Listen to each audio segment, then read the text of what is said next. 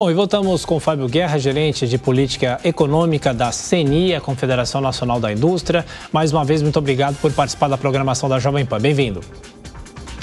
Bom dia, Tiago. Bom dia, Adriana. Prazer falar com vocês e com todos aqueles que nos assistem. Bom, na sessão de ontem do Congresso Nacional, claro, a discussão eterna sobre a reforma tributária aqui no Brasil, mas estamos também na expectativa do novo arcabouço fiscal. De que maneira a referência em relação aos gastos já vai ajudar a economia e também gerar mais expectativa ainda para o Congresso aprovar a reforma tributária? Tiago, a reforma tributária, assim como foi colocada, né, na agenda legislativa da indústria, publicada ontem, ela é fundamental na visão da CNI. E o principal motivo para isso é que ela tem uma enorme capacidade de acelerar o ritmo de crescimento da economia brasileira. E o que isso significa no fim do dia para todos, né? Mais emprego e mais renda para a população. Então, para vocês terem uma ideia, né, existem diversos estudos que mostram esse aumento do PIB do Brasil por conta da reforma tributária. Um específico, feito por dois economistas da UFMG, mostram que, após 15 anos, ela vai gerar um crescimento adicional de 12% no PIB do Brasil. Isso significa, se a gente considerar como referência o PIB de 2022, 1,3 trilhão a mais de PIB. E é para aqueles que nos estão assistindo, né? Como é que chega a todos esse crescimento? Se a gente transformar esse valor e dividir ele por cada brasileiro, hoje isso representaria R$ 481 por mês para cada brasileiro, a mais de renda. Então, isso dá a dimensão da importância da reforma para o crescimento do país, para a geração de empregos e para a geração e aumento de renda para a população. E o governo divulgar finalmente o novo teto de gastos é importante também para toda a economia e para a Confederação Nacional das Indústrias?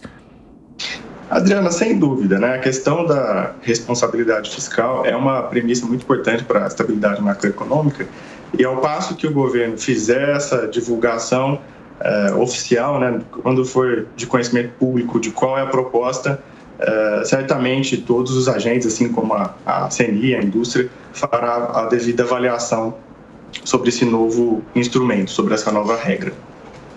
Na sequência das perguntas dos nossos comentaristas, Amanda Klein, a sua pergunta. Amanda. Olá, Guerra, bom dia.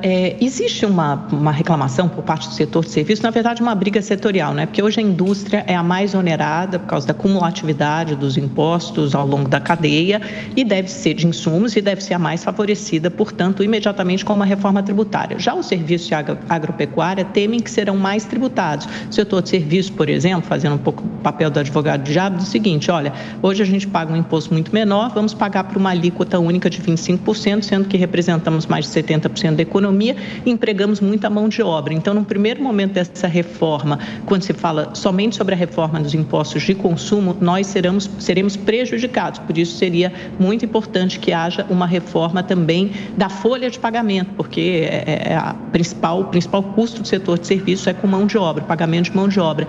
Como é que o senhor responde a essas críticas de outros setores que temem ser mais tributados e prejudicados com a reforma tributária? Bom dia, Amanda. Primeiramente, acho que o ponto central de convergência de todos é a questão do crescimento econômico do Brasil. Então, nós temos que pensar no Brasil como um todo, até porque os setores são interconectados e se um ganha, os outros ganham, né? Sobretudo quando a gente está falando de crescimento mais específico e mais fortalecido para a indústria, que tem um poder multiplicador sobre a economia bastante forte. Especificamente sobre essa questão do setor de serviço, um ponto que é interessante e importante a gente esclarecer é que o setor de serviço ele é muito heterogêneo em sua composição, né?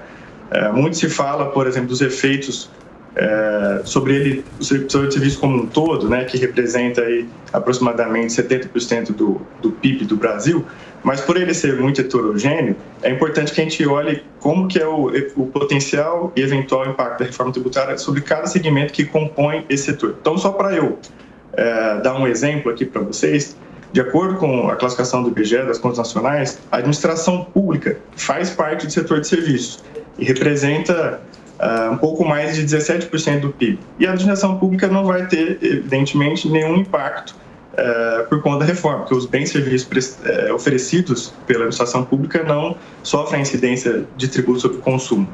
E há outros segmentos dentro dessa composição de 70% do PIB do setor de serviços que também não vão ter impacto negativo, vão ter impacto positivo, vão ter impacto neutro. De tal forma que hoje a gente pode falar que aproximadamente 60% do PIB, nessa classificação do serviço, ele vai ter impacto positivo ou neutro. Quando a gente vai destrinchando ainda nessa lógica, a gente chega que apenas 9,1% do PIB, em termos aí de contratação de serviço, é que pode eventualmente ter algum aumento de tributação. Mas é fundamental falar que mesmo dentro dessa categoria, aí que são uma categoria de atividades que é preponderantemente voltada para o consumo final, né, que a gente chama que é de fim de cadeia, vende bens ou pré-serviço para o consumidor final. Dentro dessa categoria que representa 9,1% do PIB, aproximadamente 90% hoje é optante do Simples e do Simples Nacional do MEI. E para esse pessoal, para esse grupo de empresas, a reforma não vai trazer nenhum prejuízo, pelo contrário, ela vai ser muito benéfica, inclusive Sim. O tratamento favorecido para eles está garantido na reforma. Além disso, é importante colocar o seguinte, que hoje as propostas que estão em tramitação no Congresso Nacional, sobretudo aqui a gente falando de PEC 110 e PEC 45, elas têm previsões, né, para tratamentos favorecidos a determinados setores específicos, né? E isso é uma discussão que vai ser feita pela sociedade por meio do Congresso Nacional e pode chegar à decisão de, então, conceder esse tratamento específico, claro que para alguns grupos específicos, não de forma generalizada. E quando estou falando de tratamento favorecido, é que nós estamos falando especificamente de alguma alíquota reduzida. Luiz Felipe Dávila. Por favor. Bom dia, Fábio. É inegável que a reforma tributária é a reforma mais importante no Brasil para recuperar a competitividade do país, a produtividade do país. E é inegável que uma reforma tributária tem de focar na simplificação nas regras do jogo. E a pergunta da Amanda é exatamente isso que acaba criando o problema da reforma tributária. Se a gente ficar discutindo o problema setorial, nós nunca vamos ter uma regra capaz de criar essa simplificação das regras tributárias que o Brasil precisa para voltar a ser competitivo, para gerar renda e emprego. A minha pergunta é, nós vamos ter foco desta vez nessa discussão e focar na simplificação das regras, na redução da judicialização tributária no Brasil, que hoje compreende 70% do PIB brasileiro, ou nós vamos deixar que esses debates setoriais acabam dilacerando a discussão da reforma tributária e que nós vamos chamar de reforma tributária apenas um redicionamento de impostos e não tratar das questões fundamentais que é a simplificação das regras. Vamos desperdiçar essa oportunidade mais uma vez ou você está otimista que desta vez nós vamos poder trabalhar conjuntamente todos os setores, mas focado na simplificação das regras e na criação do imposto de valor agregado? Felipe, bom dia. E a sua colocação é muito oportuna, é perfeita. Primeiro, como você colocou, nós temos que nos concentrar hoje nos ganhos para o Brasil, sem entrar em avaliações específicas setoriais. Nós temos que olhar o todo agregado. A questão da simplificação, ela é fundamental, juntamente aí com o princípio da otimização, melhoria das regras e buscar regras mais eficientes e que reduzam, sobretudo, as distorções que são muitas hoje no sistema tributário do consumo, né? A gente fala, a Amanda mencionou anteriormente, a questão da cumulatividade, ela é muito gravosa, ela retira muito competitividade das empresas. A oneração das exportações também é uma anomalia, né? Algo que só tem no Brasil. A mesma coisa a oneração dos investimentos. E com relação especificamente à simplificação, a expectativa é muito positiva com a adoção de um IVA, né, Felipe? Esse IVA que já é testado hoje em mais de 170 países no mundo. E aí eu vou trazer aqui, salientar uma regra em específica que ela é fundamental para essa questão da simplificação, que é a questão do creditamento, a forma como as empresas se creditam, né, ao longo da cadeia produtiva. Hoje, esse crédito ele é restritivo. Nem todas as aquisições feitas pelas empresas dão direito a crédito, o que gera inúmeras discussões entre contribuintes e fisco, inclusive levando muitas vezes à judicialização, e aí perde um enorme esforço de gasto das empresas, perde-se foco com isso. Com a reforma, né, a expectativa é que se adote um conceito mais amplo de creditamento, crédito financeiro, de tal forma que a gente não terá esse tipo de discussão. Será muito mais simples para as empresas saber o que dá direito a crédito e não dá direito a crédito, porque o creditamento será amplo.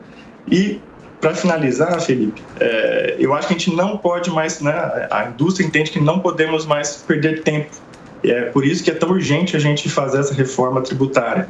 Porque a cada postergação e cada janela de oportunidade perdida, é o brasileiro que mais sofre com isso. Porque, como eu comentei, há um enorme potencial de criação de renda e de emprego. O mesmo estudo que eu mencionei dos economistas da UFMG, que mostram um crescimento adicional de 12% no PIB, também mostra um crescimento adicional de 7,5% no emprego para o Brasil.